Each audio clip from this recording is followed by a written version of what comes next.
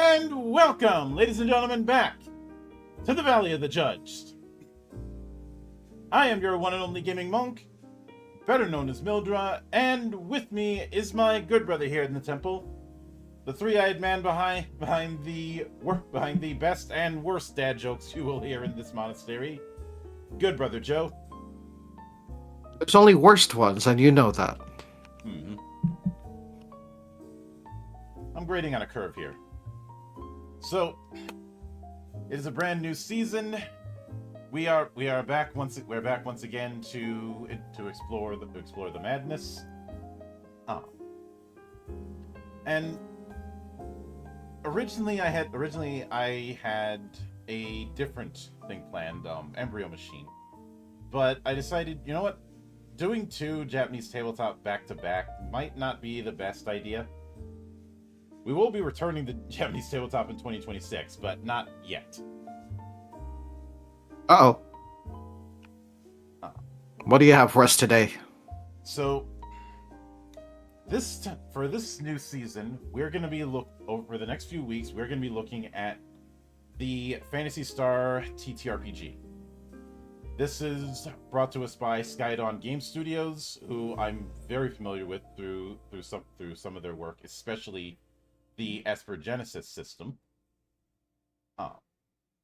Designed by Rich Lescoflair, which, full disclosure, I have interviewed a few years ago.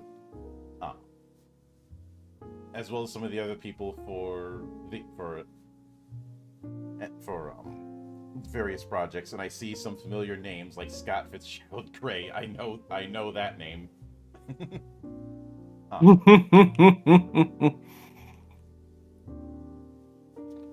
as well as Eloy Lasanta, who gets a special thanks marks in the credits for this. Now, full disclosure, I ended up grabbing this in both print and PDF form, because unlike certain more litigious companies, Skydawn does the smart thing of, if you get the physical version, you get the PDF for free. Cubicle 7 also does that because, it's smart. So I see that instead of doing Japanese TTRPGs, we're doing a TTRPG off of a Japanese RPG. Yeah, you are technically correct. The best kind of correct. So, let me get this out of the way first.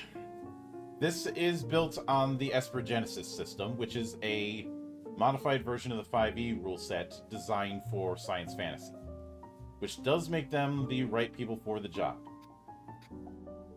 If this was just straight 5e compatible, I probably would have zero interest. Because it is built more on their own Esper Genesis system, I have some interest. And as far as which Phantasy Star they're drawing upon, we are mostly focused on the original quartet, so the original game on the Master System and the Genesis trilogy, and Phantasy Star Online. Apparently, the reason why we're not doing anything like Universe or Port or Online 2 is that was the terms that Sega had set. That being said, I will rip one band-aid off. There is not going to be support for mags in the core book. Aww. There were plans for it, but they ran out of room. They do plan on addressing mags in a future release. Fine. It's unfortunate, but I understand, especially given all the stuff that you have to cram in for a book that's a pretty decent size at 228 pages. Because remember, if they add more pages, that means more pages. That means more for the cost when it comes to printing. And when it comes... Now, personally, I am a little bit iffy about doing the original quartet and online in the same book, but that's the decision that they made, so we'll judge accordingly. But I know some people are going to roll their eyes and go, it's 5e again, but remember, games, not names. Which is why I'm getting that out of the way now. Before we went live, I had also talked about a really stupid thing that ended up happening before the game launched. And that was some people being way too zealous about accusing certain art of being AI generated. And I showed you the pieces in question that were at the forefront of that accusation. And I think you're like, wait, this is AI? This was accused of being AI generated? It's really good! Yeah, it's done by Tan Ho Sim, who they've worked with plenty of times over the years. Like, if you had told me that was from the art book of a fantasy for Phantasy Star, I would have totally believed it. And I do appreciate that instead of doing a lot of existing art or just repurposing existing art, they have commissioned brand new art. Some of that might have been mandated, but we don't know for certain. So, I mean, respect for them for doing original art as opposed to just trying to recycle box art. mhm. I think you can only get away with that if you're dealing with a franchise that's been around for several decades. Like when BattleTech reuses art for some of its books, it's like, okay, fine, you're dealing with something that's been around for over 35 years. Or with L5R when they reuse art, it's like, fine, you've got 30 years of art. I think you can get away with that a little bit just to the sheer volume. This generation hasn't seen what someone from the Mantis clan looks like, so go ahead. Mm-hmm. Oh yeah, Use some of that first generation Mantis art. Oh yeah, the Mantis clan, AEG's waifu at times.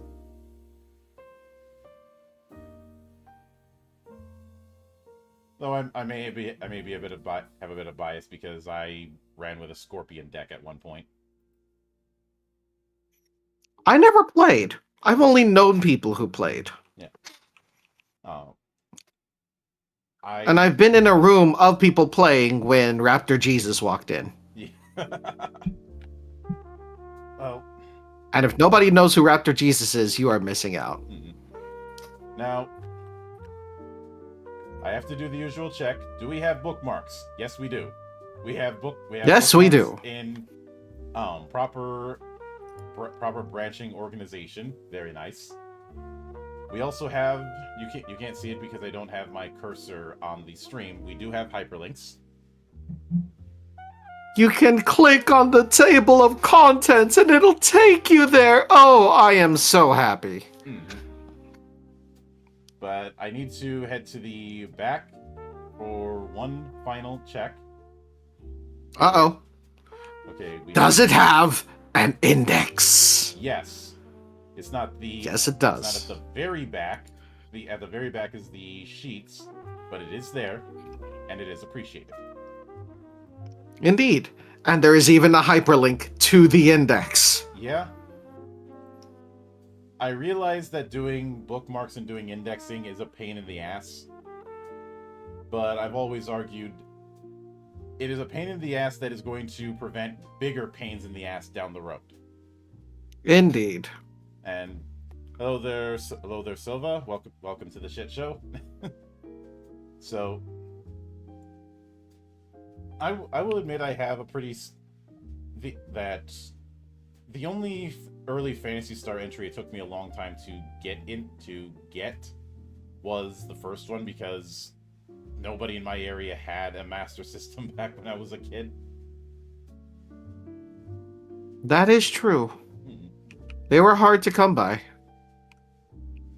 Yeah. Once I got access to emulation, then I was able to try it out. And with the original Phantasy Star, you can still see some of the wizardry DNA. Mm-hmm. Like the sci-fi stuff is there a bit, but nowhere near as much as it would be in later entries. I think with the first one, it was a case of them not necessarily sure of their direction quite yet. Mm. Kind of like how Dragon Quest as we know it doesn't really start until 3.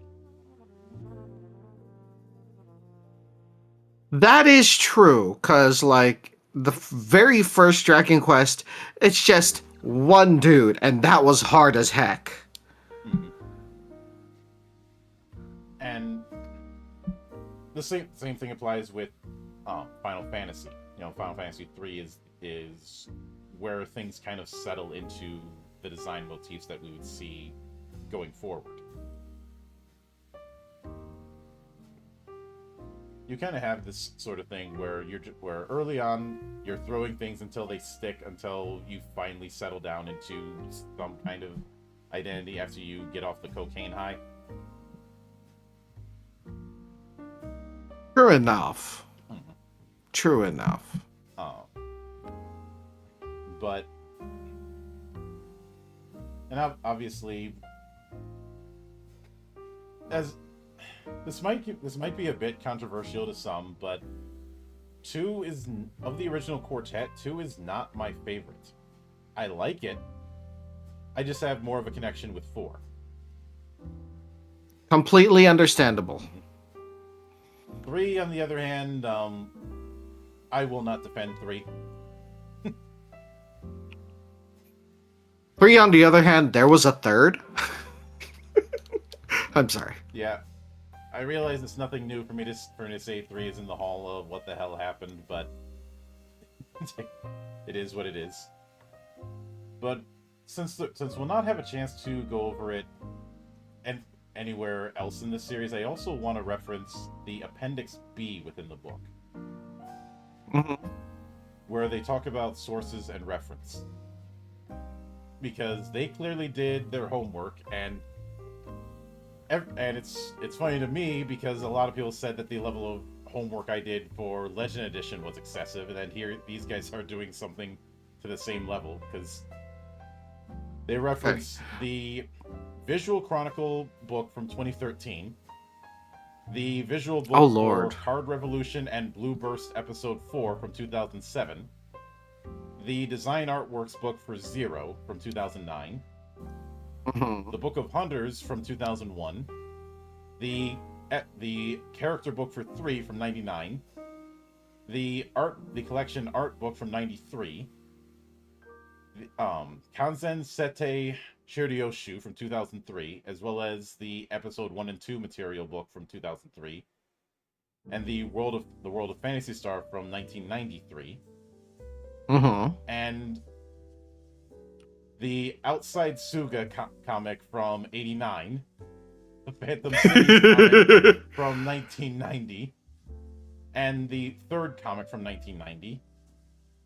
Obviously the video games, we have the original, 2, 3, 4, Adventure, Gaiden, Generation 1 and 2, Online Episode 1 and 2, Blue Burst, Zero, and the complete collection from the Sega Ages series. As well as an interview with Reiko Kodama and the Memorial Drama CD. So, I'm just going to point out one very, very small thing that I'm not surprised they missed. Under the list of the manga, or it's for that first one, Phantasy Star Outside Saga 1989. Yep. They didn't italicize that last A, so it makes it look like a different letter. I don't know why that's getting me. This is the 1.0 version of the book. I'm sure. Yeah. But yeah. After bringing up the opening monologue from 4 and going into what Phantasy Star is and what TTRPGs are, which are things I'm skimming over because well, it would be kind of redundant for us to go into that. What's a Phantasy Star? What's a paladin? There, I got that joke out of my way. Happy? Incredibly. But then we go into the themes. With fantasy elements being action hero style, a grand adventure, magic and technology. As well as the sidebar about heroic destinies. And I think it's interesting that certain phrases in this they highlight in blue text. See, between light and darkness, and across space and time. When we go into the worlds of fantasy, you could build on established settings like Algol or Ragol, or go with a whole new setting altogether. But there are a few traits to consider. Perilous Realms, Galactic Societies, Ancient Mysteries, and a Living Universe. Later in the book, there will be a kind of timeline section with a inbuilt understanding that some of the elements of that timeline are going to contradict each other. Just because you're dealing with different sources over the course of decades.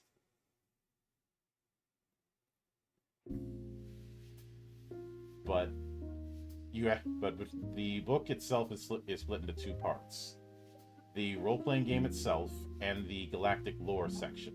Which galactic lore is, I guess, more of the GM section. So we essentially have the player's handbook and GM's guide in the same book.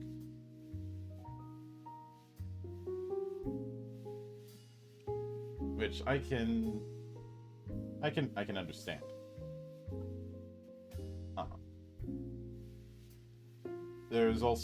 It also brings up some of the games in question, going from, again, the original Quartet to Adventure, Gaiden, Online, and Zero, each of them having their own abbreviation. But then we get into playing the game. So obviously we need some polyhedral dice. No, you can't use non-Euclidean dice. We learned that the hard way months ago. Aww. But that was only one time. One time is one time too many. But also a copy of the character sheet. If you're using a ship, the starship sheet as well. And I will note I do like the design of the character sheet that we have. Some of it is carried over from Esper Genesis, but Esper Genesis already had a pretty good character sheet as is.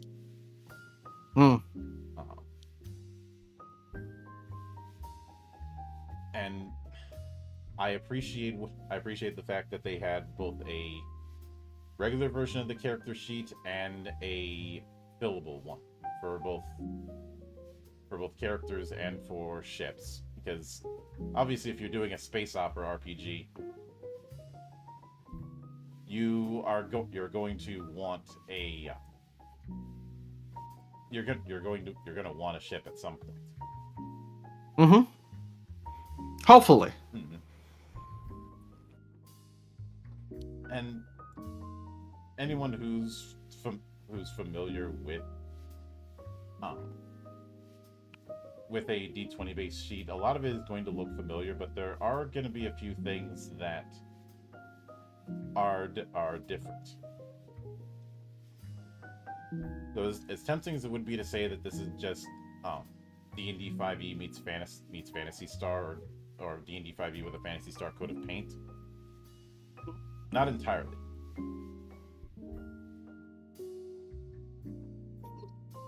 But then it goes into being a game master, self-explanatory, being a player, and then the most important ingredients, which are imagination and a willingness to have fun. I guess I'll have fun. Then going into the flow of the game. I do like that they talk about a game session broken down into scenes. Which is something that I do with my own sessions personally. Not just because of the time limitation like we have with the Cloister, but everybody is familiar with the television format, so it's easy to bring people in through that.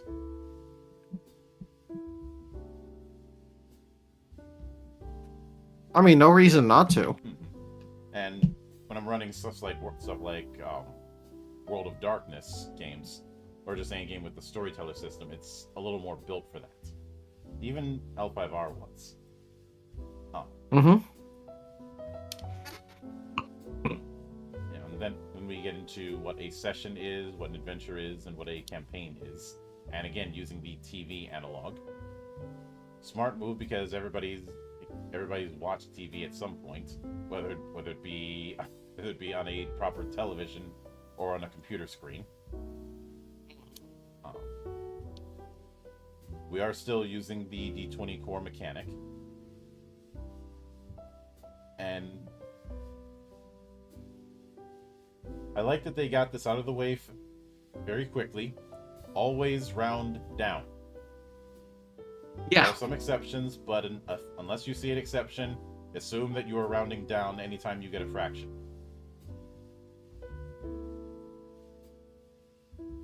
Even if it's greater than half, it goes down.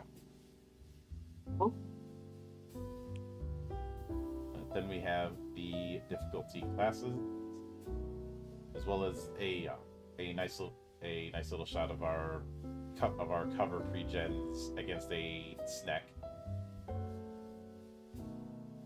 Remember, no step on snack.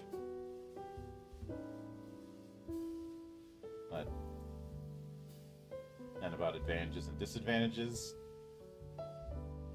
A radical thing I do personally with advantage and disadvantage is I let them stack.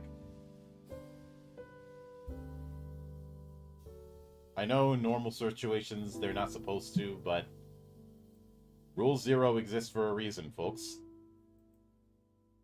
Also, it's a lot of fun to imagine someone rolling 5d20s and having to choose the smallest number. Hmm.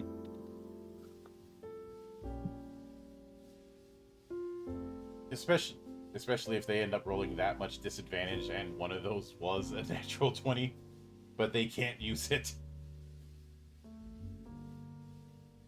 Yes, cry more. It sustains me. Whenever somebody cries about that kind of thing, I always quote Pinhead. Oh, no tears. It's a waste of good suffering. But obviously, we still have the base six ability scores. I do find it amusing that even to this day, people still fall for the falsehood regarding charisma. Even as recently as the last year, I've seen people act like charisma has something to do with physical attractiveness. Despite that, No, there's a reason why there are some places that actually do appearance as a separate stat. Mm-hmm. This was something that was brought up in the DM's guide in one of the first editions. I can't remember which one because there's like 5 different first editions. And brought up people like Napoleon Bonaparte, who were certainly charismatic but not physically attractive. It is a common misconception, though. I do like the analogy someone made regarding these 6 ability scores, comparing them to a tomato. Yeah, I've heard that many a time. Well, some people try and push back on the intelligence is knowing a tomato is fruit.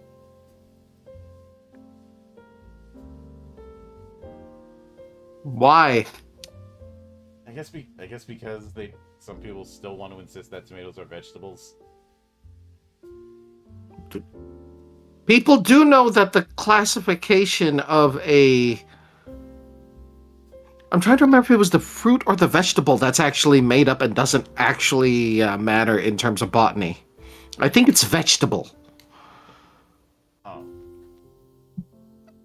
Well, I'll take your word for that because obviously I'm not a botanist. And I'll grow my own veggies from time to time when they're not getting robbed by birds.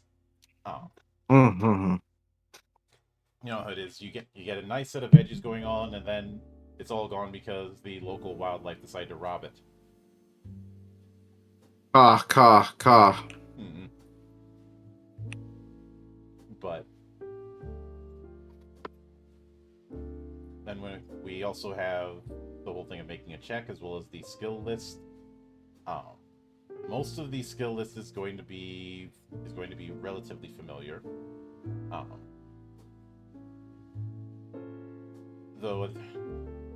And a few of these are ones that are very much setting specific. Though I want to. Yes, I love rolling for astrophysics. Though I want to check the skill list for Esper Genesis to see if it was basically just carried over. So Astrophysics and xenobiology might be from that one for sure, So as let's well see. as mechanics. Astrophysics, yep. Computers, yep. So astrophysics, computers, yep. Mechanics. Yeah, mechanics was in Espergenesis. Oh, And xenobiology, the only skill to have an X. yep. Now, I will note in advance one thing that is going to be different is that instead of a proficient or non-proficient, you're going to be having skill ranks for Fantasy Stars take. Flashbacks. Oh, it's nowhere. There's only 6 total ranks. It's nowhere near as bad as the skill rank bullshit in 3rd edition. Promise. Promise. And Okay. hello there, Hydra and Cress, and yes, we are looking at Phantasy Star.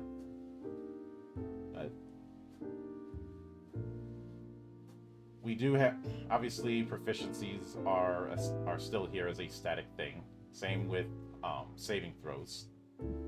But then we get to one of the first things that is in this that isn't in Core 5e, and that is fate points. When the situation is dire, sometimes you need to reach deep down for a little extra, be it drive, courage, or luck. This is represented by spending fate points. Fate points can be used in multiple ways, though the GM can choose whether certain options apply. At level 1, your character starts with 3 fate points. Your fate point total increases when you reach a certain level, as defined on the fate points table. Your fate point total replenishes after you finish a long rest. Optionally, the GM can choose for fate points to instead replenish at the start of each session.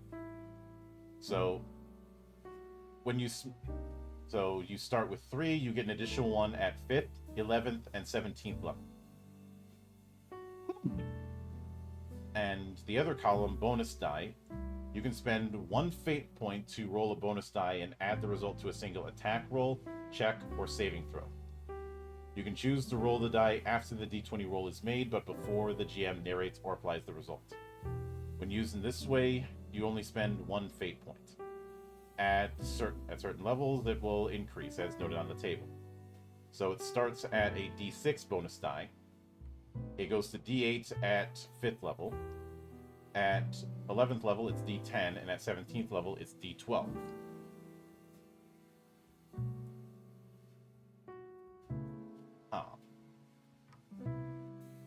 So, I know some will look at this and say that it's not far removed from the inspiration die that bards have in 5e, but bards only get 1 die for that. Now, instead of spending a fate point to get a bonus die, you can spend 2 to gain advantage on a single attack roll, check, or saving throw. You can't apply any bonus dice to that roll.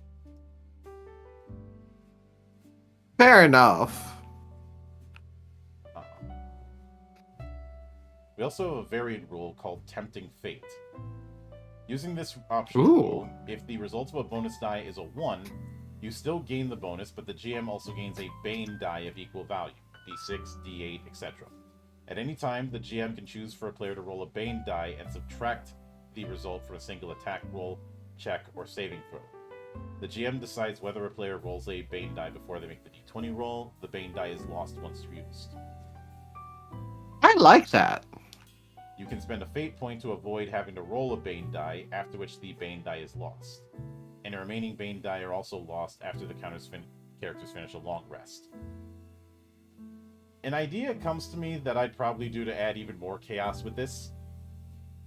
Instead of the whole, oh, you get them back after a long rest, have it that you get them back the way luck points work in Tales of the Valiant.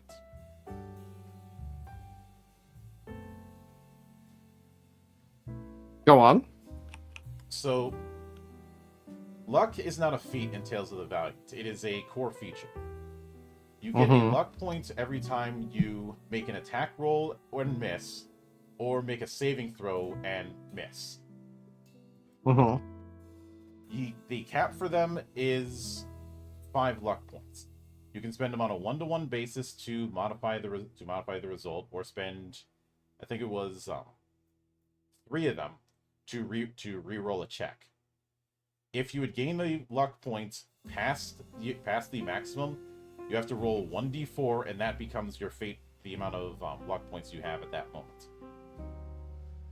I.e., don't hoard them, because if you do, you're going to end up screwing yourself over.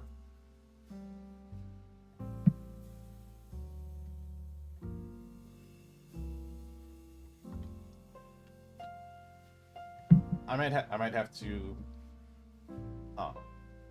mess around with the die you'd have to roll if you do the overrun, but I think that'd be a good way to get people to actually use fate points more instead of hoarding them, which is always a problem with these. I think so too. Resources. H.C. Bailey calls it too good to use. I've called it the 99 Megalifters paradox, or the rainy day paradox. You know, that whole this resource is very limited and very powerful. Let me hold off until I really need to use it, and then you never do.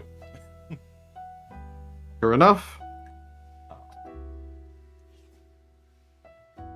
Now, there's also, when taking a short rest, you can spend 1 fate point to roll a bonus die, and add the result to your current HP or TP.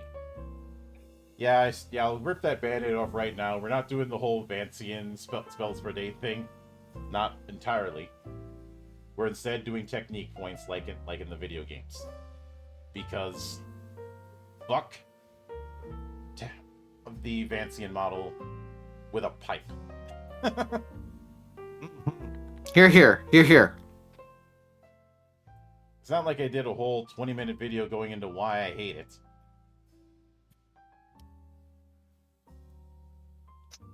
But also, you have the option of spending a fate point to turn a failed death save into a success. You can only do that once.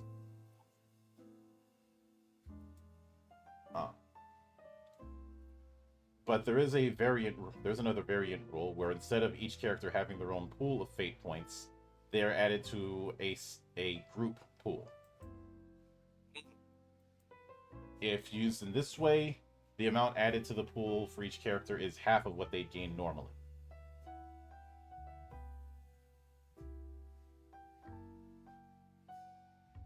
Which, if that's, I feel like the fate pool thing is something that would be better served if you have a decent sized group. If you only got like 3 people for the adventuring party, I wouldn't recommend using the fate pool.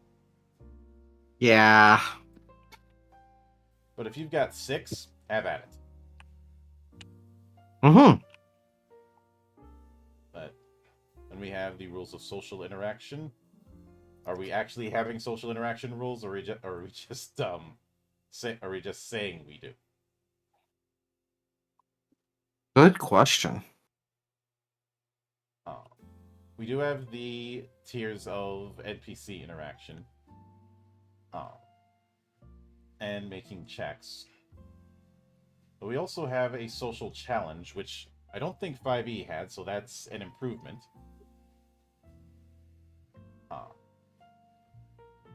Which the DC for the challenge is usually 10 plus the NPC's insight skill modifier, using either deception, intimidation, or persuasion for your check. The results being tallied until either 3 successes or 3 failures. This is not far removed from the skill challenges I saw in the edition I'm supposed to hate, but I don't. It could be... Now, it's been a while since I read the Player's Handbook for 5e. It could be that is in there and I just missed it, but I don't remember that. I don't think it is. Like, there's a lot of mentions on altering... on similar things, but at the same time, I don't really think this particular bit's in there. See, then we have exploration. You know, areas that are lightly obscured and heavily obscured, and degrees of light. I really hope we don't end up with a situation where half the damn non-human races have some form of dark vision.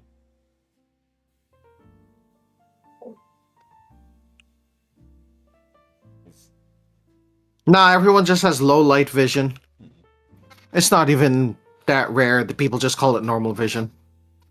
Yeah, I know some people hate dark vision. I don't. Mostly because whenever I've had dark vision in my games, I apply the Riddick rule to it.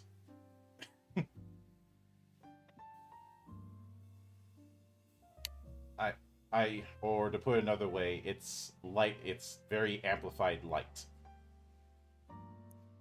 Like people, there's a lot of people who keep on forgetting that dark vision isn't perfect vision in darkness. It's actually like you only see everything in a singular color. So even if you can see something's there, you might not be able to see fine details. Hmm. And the approach I've taken is that for people who have dark vision, if they're in a place with normal light, even just standard sunlight or twilight, they have to wear special equipment, otherwise they're blinded. Mm. I.e., that high sensitivity to light goes both ways. Hmm. You know, imagine wearing night vision goggles and all of a sudden someone shines a flashlight in your face. It's basically that. That's why I bring up Riddick, Hmm. because that's he can see in the dark because of varying things depending on which version of the story he's telling. Oh, though because it's him, all those stories might be bullshit. Oh, Might be. but that's the reason he's wearing welding goggles all the time.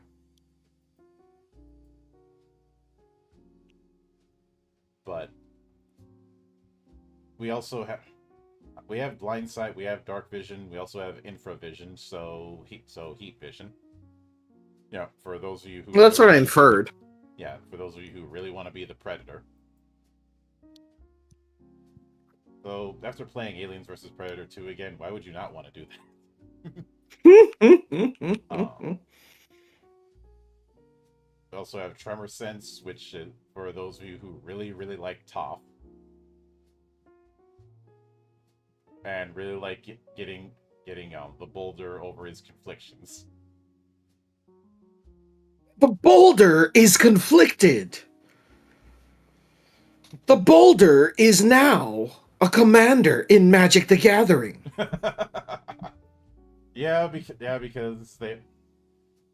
Because they're desperate to keep running that whole Worlds Beyond thing into the ground and turning Magic into a card version of Fortnite. Yeah. I know they had a lot of success with the Final Fantasy one, but I have a feeling part of that was because Square had them on a tight leash as far as the rules for cards. Also, the fact that Square's own card game didn't go as well as they'd liked. I I think I know why that was the case, um, but that's a whole other story. Although there's an interesting boss variant of that I found on Tabletop Simulator I'd like to try someday. But one thing that amused me is the fact that they actually used art from that card game in the Magic the Gathering set. And I'm just like, are you serious? That was probably a Hasbro move to save money, because that sounds like something Hasbro would do. But the last kind of vision we have, of course, is True Sight. But then we have the thing of hiding, as well as passive perception, which is pretty standard. Um, interacting with hidden objects, breaking objects. Um, if I'm being honest, I have a love-hate relationship when it comes to object durability. You can blame my time with earlier games where for some reason a wooden door is more sturdy than a player character.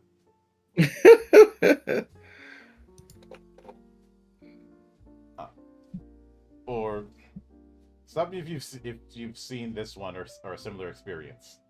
The barbarian with a giant's belt, so he has 22 strength, somehow can't do enough damage to break a door down that is made of birch.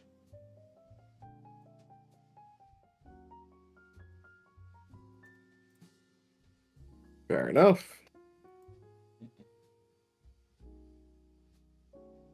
But then we have things like travel, as well as with vehicles, the pace, oh, the marching order, which marching order is not nearly as significant as it used to be, largely because a lot of people design their combat encounters in a more set piece approach.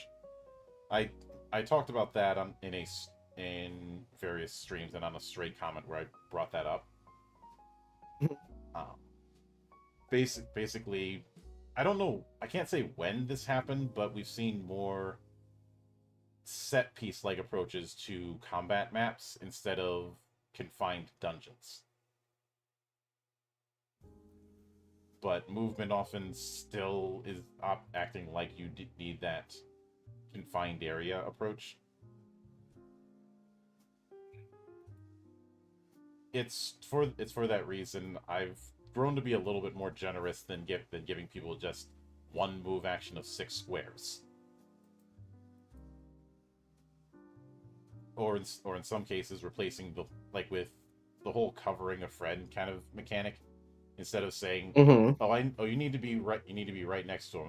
I started implementing a zone of control rule where depending on certain stats you could use that effect if they were within a certain number of 5 foot squares near you. Usually like 2 or 3, 5 at the absolute most. Uh,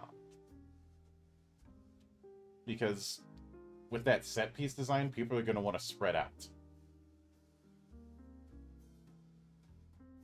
You're not going to have a lot of situations where people are going to be um, right next to each other like that, unless they're flanking.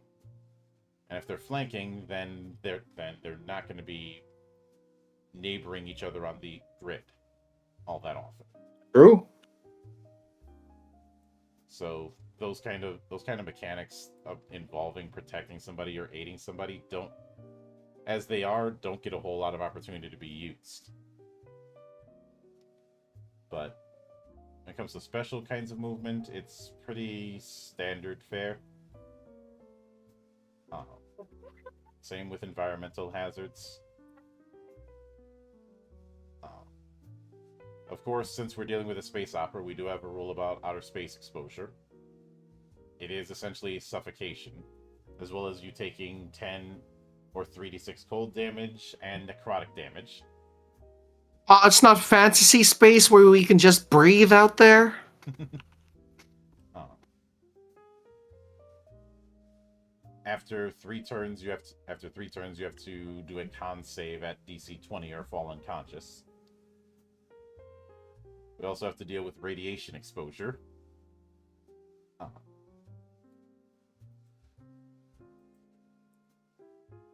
where if you're exposed to a radiation source, you can get radiation sickness. If you're within 60 feet of a radiation source for 1 minute or longer, or you make direct contact with it, you have to do a DC 15 con save or contract radiation sickness. You get 1 level of exhaustion and can't regain hit points from resting. At the end of each long rest, you repeat the saving throw. On a failed save, you take 10 or 3d6 necrotic damage and gain another level of exhaustion.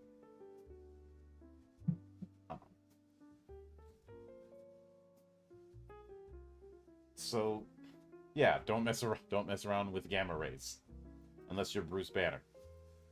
Actually, even if you're Bruce Banner, don't mess around. Even if you're no. Wait.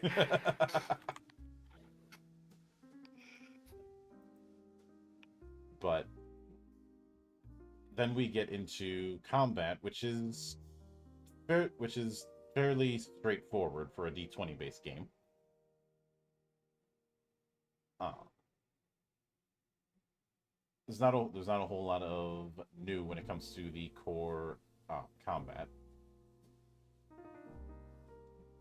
We do have the option approach of playing on a grid, but I always find it funny when playing on a grid is treated as optional, because most people when they're playing a game like this are going to be using a grid, unless it's a game that is intentionally theater of the mind.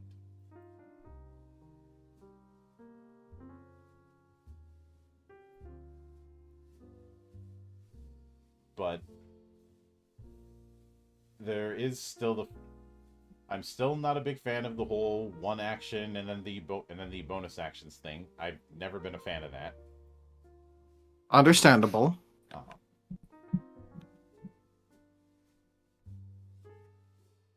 I would much. A lot of times I end up operating on an AP system, usually based on a character's agility or dexterity.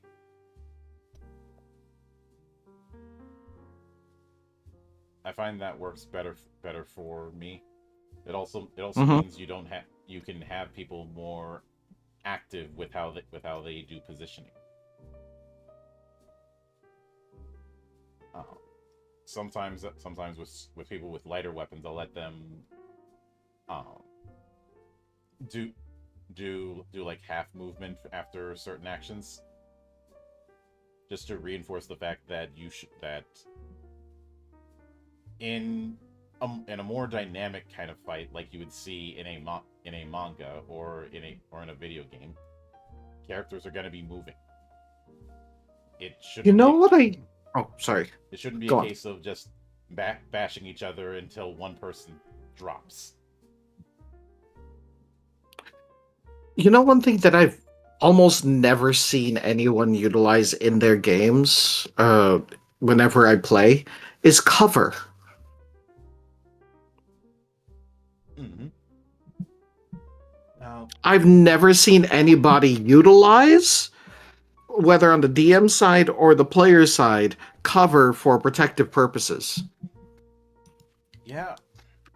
Oh, I know some games that I've covered really double down on that, like Fragged Empire, which Covered. which a big reason for that is the Fragged universe as a whole has very lethal combat, especially since there's no HP to say per se. It goes straight to your attributes. You get hit, you roll 1d6 to see which attribute gets damaged. Uh, and Mm-hmm. a lot of the mechanics are screaming at you, use cover, dumbass. But I'd also suspect that part of that is due to how a lot of stock maps are set up, where they don't do that. And I will admit I've had a bit of a bad habit of it myself. One that I'm trying to get out of. And obviously for something like Legend Edition, cover has a whole different meaning. But I think if you're dealing with firearms, you should put a bigger emphasis on cover. When you're dealing with more medieval weaponry, although for some reason D&D's adherents seem to be very averse to firearms for very, very stupid reasons. Some of those reasons got a friend of mine kicked off Reddit when he asked why. He got kicked off of the RPG subreddit that he was promoting his project on. Dang. Uh, because part of that was an expanded equipment list, which included firearms of different tech levels. But I've seen people try and use the realism argument, which doesn't really work because cannons were a thing in that era. Uh, or the big one is the game balance argument. But you can put Mm-hmm. disadvantages on firearms so that they don't completely outstrip crossbows if need be. It's not hard to do. Sure enough. And a very easy approach to do it is just things like reloading or things like ammo being unstable. You know, even modern guns can jam. Some more than others. Looking at you, High Point.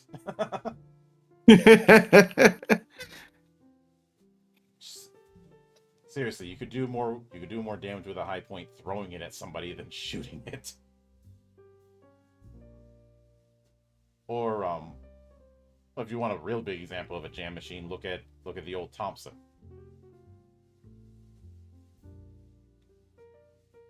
There's a reason nobody uses drum mags these days. The old Tommy gun wasn't notorious for jamming.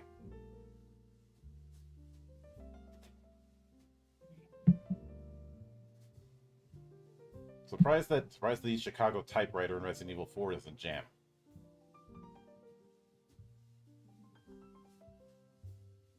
Although it would be a funny troll move if it did.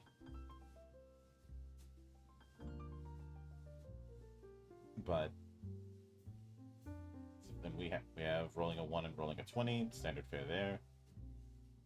Then with ranged attacks, we do have a variant for ranged attacks for long range weapons. Using this optional rule, you can attack with a ranged weapon at a distance up to 3 times its normal range. When attacking a target beyond a weapon's normal range, you have disadvantage on the roll.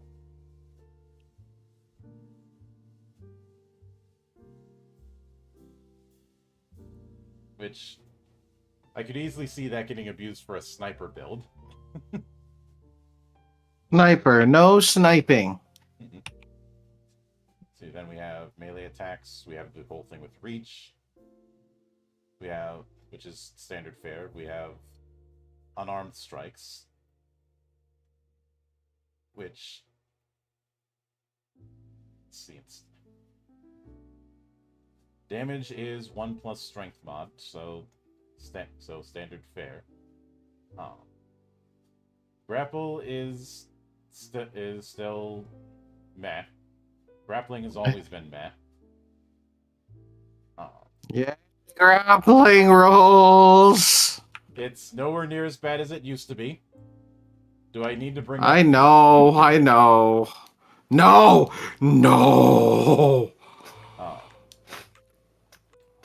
And I know that inevitably, if I were to run something like this, somebody would try and do a lucha build, which means I would have to overhaul the way grappling works, because there's no rule for throwing when it comes to grapples. Oftentimes, Listen, I'm always down for making a luchador. Like, I think in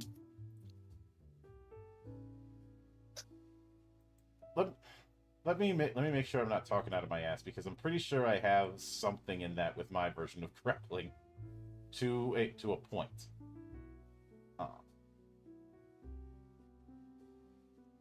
Because Lord knows I've had to deal with the problem as well. I remember Maddie wanting to do more lucha style in one of our campaigns, but he wasn't able to because there wasn't anything to support it. And I didn't have time to house rule the whole thing myself. Let me see. Actions.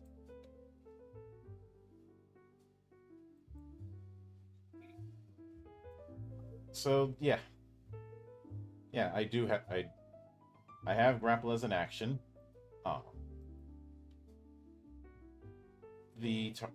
When the target is grappled, they suffered entangled. You can deal half of your melee weapon damage, or you can throw them to inflict knockdown, and they're no longer entangled.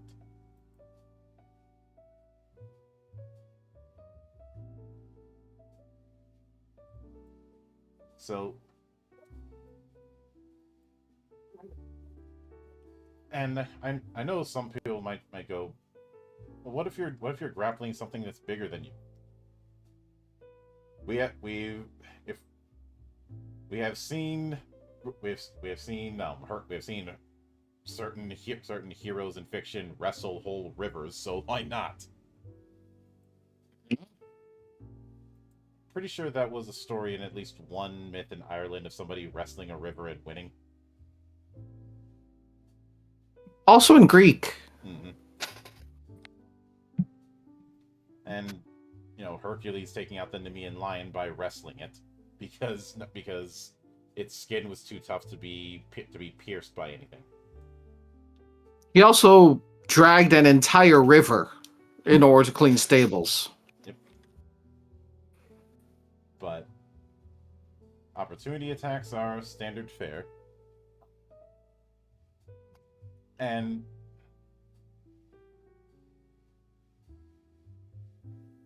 opportunity attacks is one of those other things that I often house rule around just so people don't get locked into the same combat engagement. Trying to emphasize movement.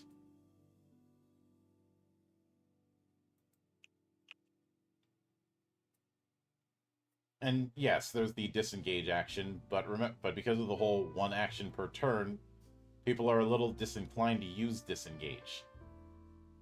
Mm-hmm.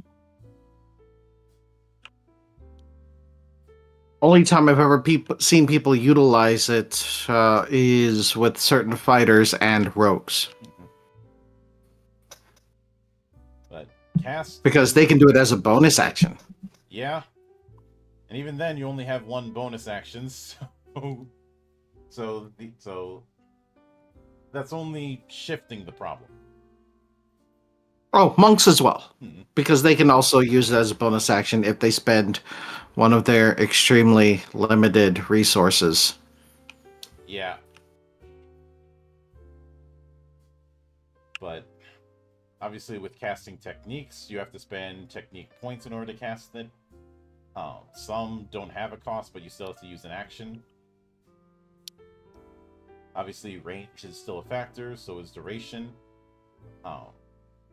I don't see concentration here.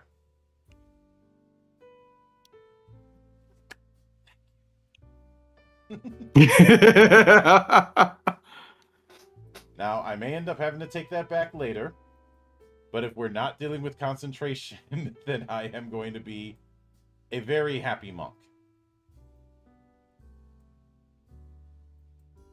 Because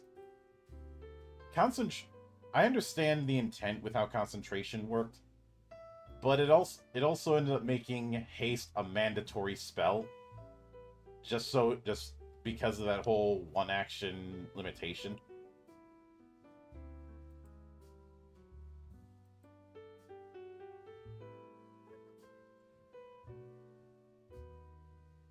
And in fact, let me. Never mind, we do have concentration as part of duration. God damn it.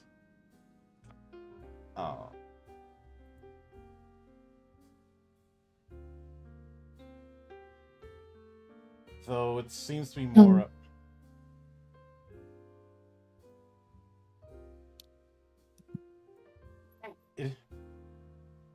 So I take that part back.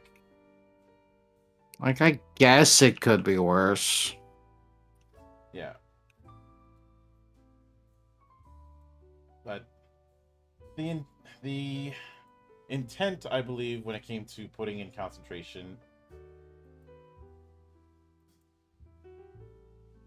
was to make it so that somebody isn't casting a bunch of buffs just before an encounter. So people aren't having to maintain a bunch of duration effects. Mm-hmm.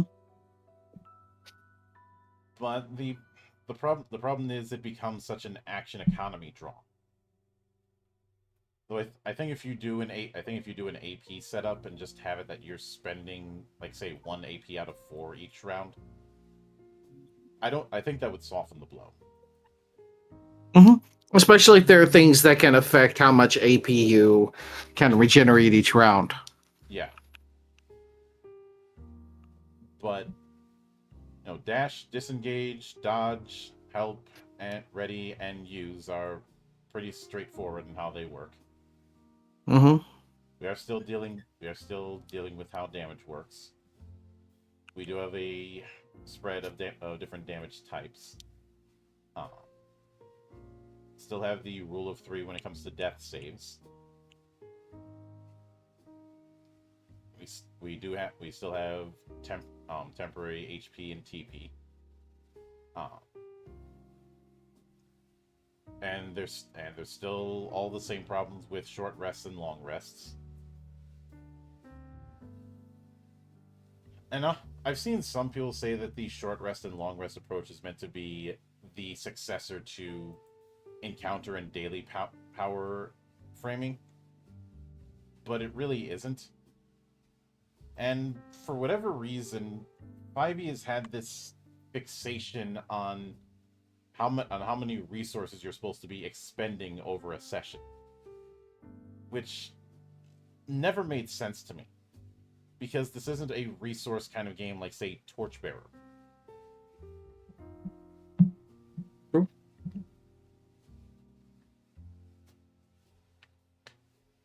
Personally speaking, I have always dropped the whole short and long rest thing and just gone with scene changes. If the scene changes, you get some of your resources back.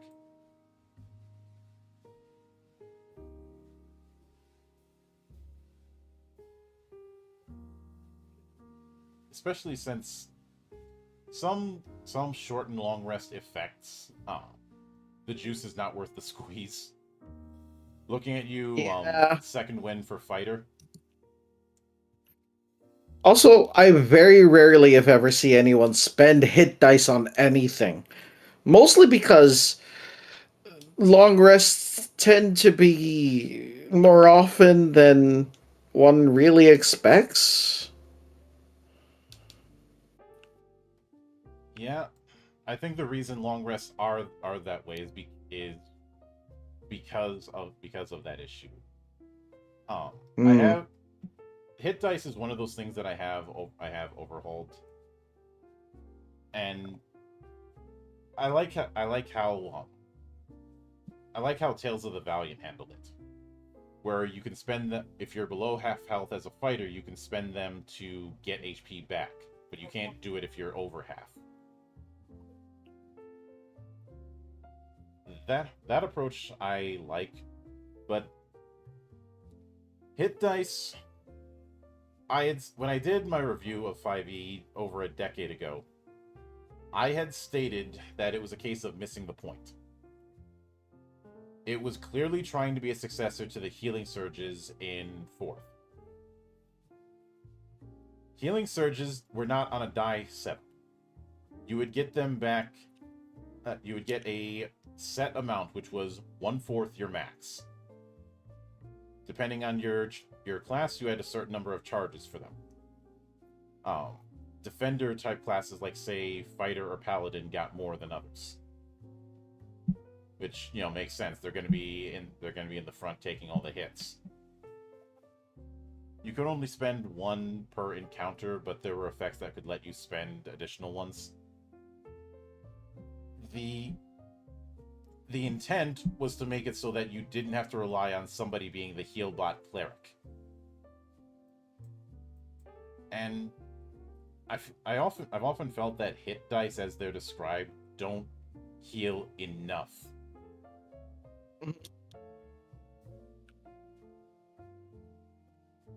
Honestly, hit dice as they're described, I feel like they never really matter. Especially given how much HP you have total compared to it. Mm-hmm. It's not enough. So a lot of times the quick house rule I do is, instead of hit dice, I just go back to the old charges thing of, you have a number of charges equal to how many hit dice you would have had plus your con mod. You spend one charge, you get 1/4 your health back. During combat, you can only do that once. Out of combat, you can do it as much as you want. Anyway, it's not a perfect solution, but it's just when you're at like when you've got like 50 HP and your hit dice only gives you say um 4d6 or something. And that's not the best calculation, but I think you get what I mean. Like the amount of HP you get compared to your total amount isn't enough.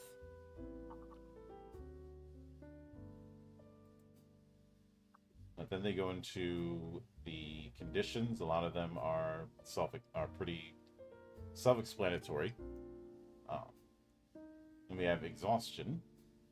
Um, ah, yes, of course. These don't stack. I like the fact that they have to emphasize this, as opposed to certain other TTRPGs where they do stack, mhm, but stacking only means that they last longer, yeah. usually. The I mean, conditions in Legend Edition are, since they're on oftentimes a turn duration. I usually have Mm-hmm. that if you get hit with it again, you're just re-rolling the duration, or the new duration replaces the old one. So if you get hit with like 1d2 rounds of poison, then you get hit with 1d4 rounds, the 1d4 replaces.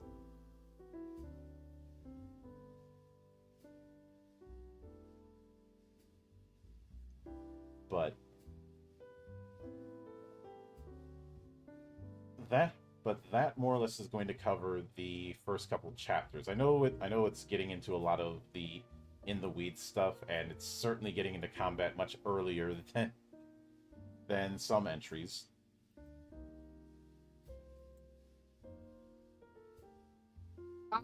The next bit's character creation. Mm-hmm.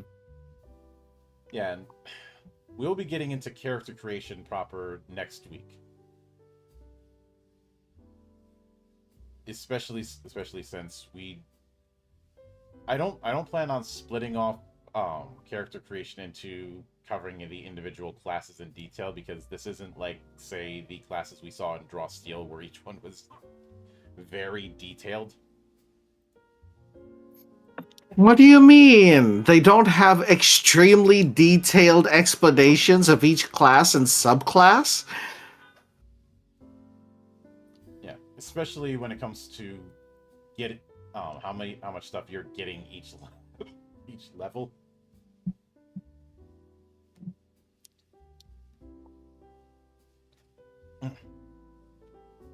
Oh yeah, it's very. Mm, mm. Yeah, I can see the framework there. Yeah. but so far, obviously the presentation is on point, though it does have some of the bad habits that the 5e framework has that I know I would end up house ruling out. Mm-hmm. But I know some people with some of those bad habits would try and defend it, to which I say, it's a free country, you are free to be wrong.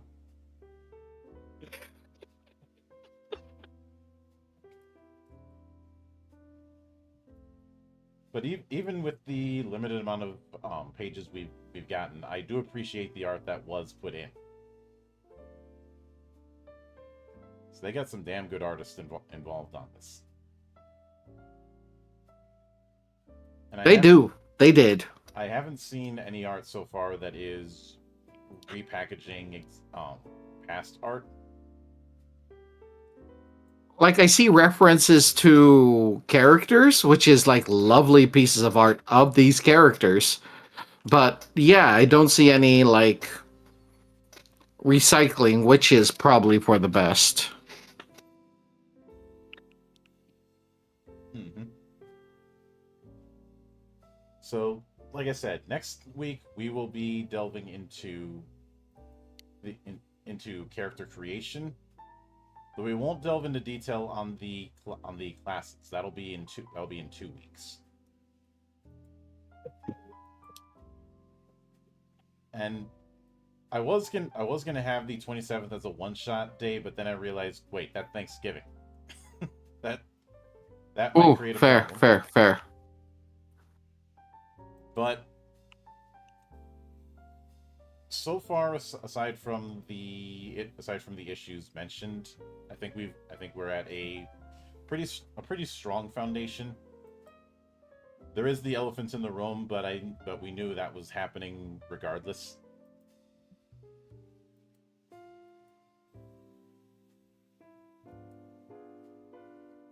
And that elephant being, this is still built on the 5e framework.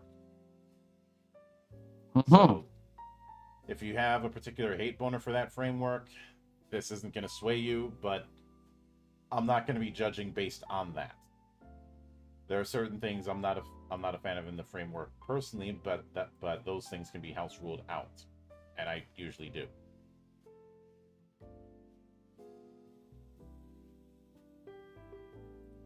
But what I what I didn't see within the combat section is anything regarding uh, flanking or positioning or even the area of effect guide, which is interesting. We might see that later.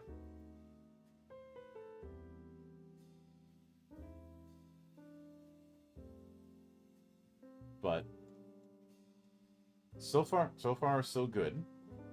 We'll see how things play out with it a bit later on. And of course, keep an eye out tomorrow for the final class in the look at Draw Steel. That being the Troubadour. The I'd say equivalent of the Bard, but every time I say that, the class we end up covering outdoes the equivalent. Like, how many times did I end up saying the comparison between these two is there is no comparison? I looked into it, and I absolutely love the Troubadour. I wish I could be there tomorrow. uh, I will end up talking a bit on the weird history that bards have had. Bless you. I don't think it's going to be Thank you. 50 minutes of me ranting about bullshit like I did with the psychic.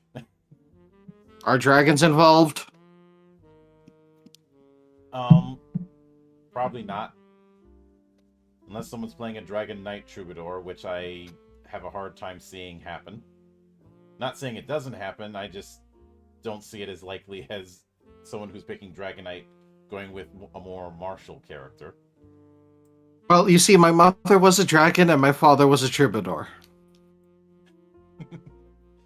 Yeah, I don't. I've tried for the longest time to figure out where that started, and I haven't been able to pinpoint where or when it happened.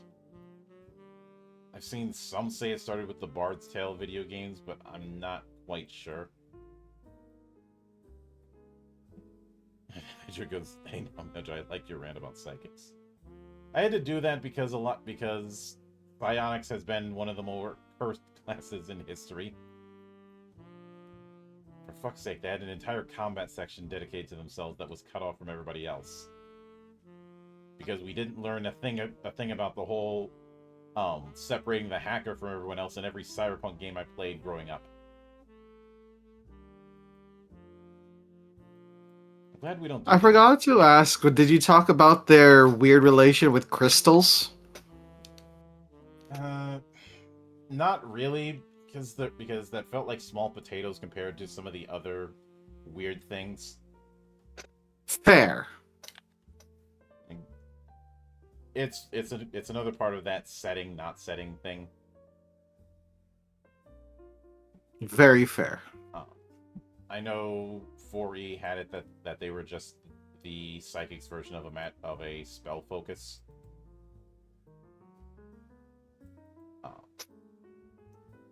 I think crystals started as an attempt to have it that they had a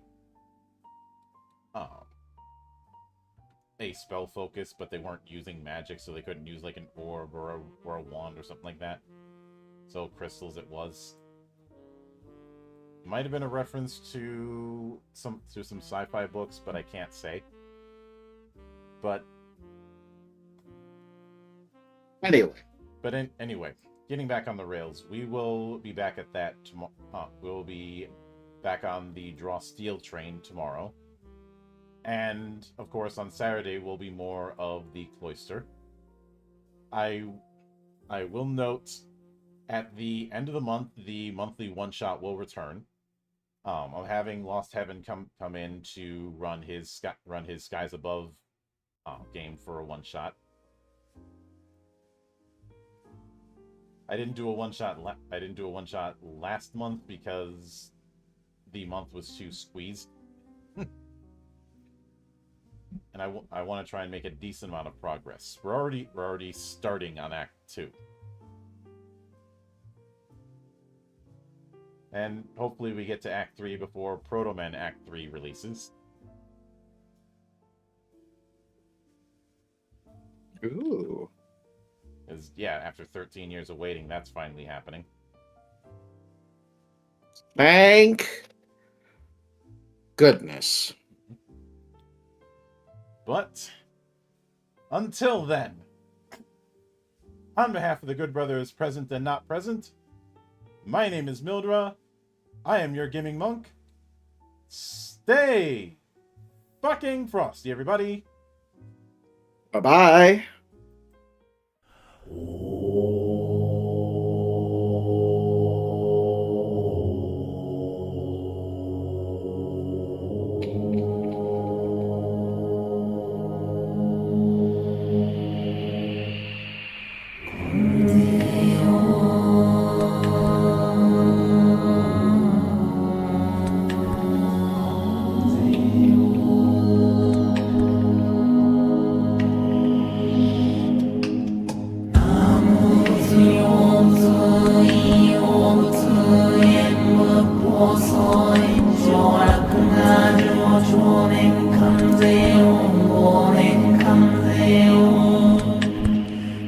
Then you